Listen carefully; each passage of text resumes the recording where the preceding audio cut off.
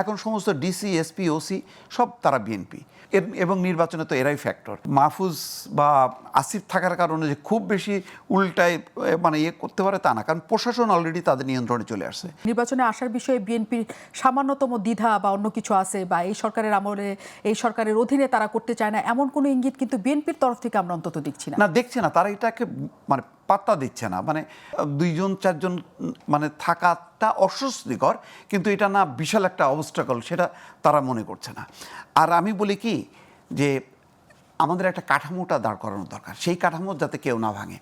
এরপরে আপনাকে ছেড়ে দিতে হবে যে আপনার 2 কোটি ভোটার আছে, আপনার 1 কোটি ভোটার আছে, আপনাকে ওই নির্বাচন কমিশন বা তত্ত্বাবধায়ক সরকার দাঁড়ে দাঁড়ে যাবে না ভিক্ষা নিয়ে যে ভাই প্লিজ আসেন, তা নাহলে তো নির্বাচন অংশগ্রহণমূলক হচ্ছে না।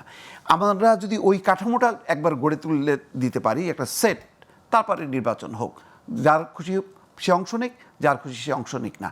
কিন্তু আগের অবস্থাটা কী ছিল? আগে তো যেহেতু দলীয় সরকারের অধীনে নির্বাচন, তখন শেখ হাসিনার সরকারের দায়বদ্ধতা ছিল যে সবাইকে আনার, কিন্তু তারপরও সে আনে নাই, যার কারণেই তো আজকের এই পরিণতি, রাজনৈতিক এই বিপর্যয়। এখন এই বিপর্যয় থেকে উঠতে গেলে কি করতে হবে? তাহলে ওই সময় যে আন্দোলনের মূল দাবি ছিল যে তত্ত্বাবধায়ক সরকার চাই, তত্ত্বাবধায়ক সরকার অধীনে নির্বাচন হবে, ওই রকম একটা কাঠামোটা আমরা তৈরি করি, প্রডিউস করি, দেন রাজনৈতিক দলগুলো তার মতন করে। এখন আওয়ামী লীগ যদি মনে করে যে না, তার সে যেটা করছে সেটাই ঠিক, কোনো ভুল নেই তার, সেই যেমন জামাত ইসলাম 71-এর কোনো ভুল স্বীকার করে না, এরাও তেমন মনে করে যে না, তাদের কোনো ভুল নাই, সেই অবস্থান নিয়ে যদি আওয়ামী লীগ এখন বসে থাকে, তাহলে হাতে পায়ে ধরে এই নির্বাচনে অংশগ্রহণ করানোর দায় এটা কারোরই নেওয়া উচিত না।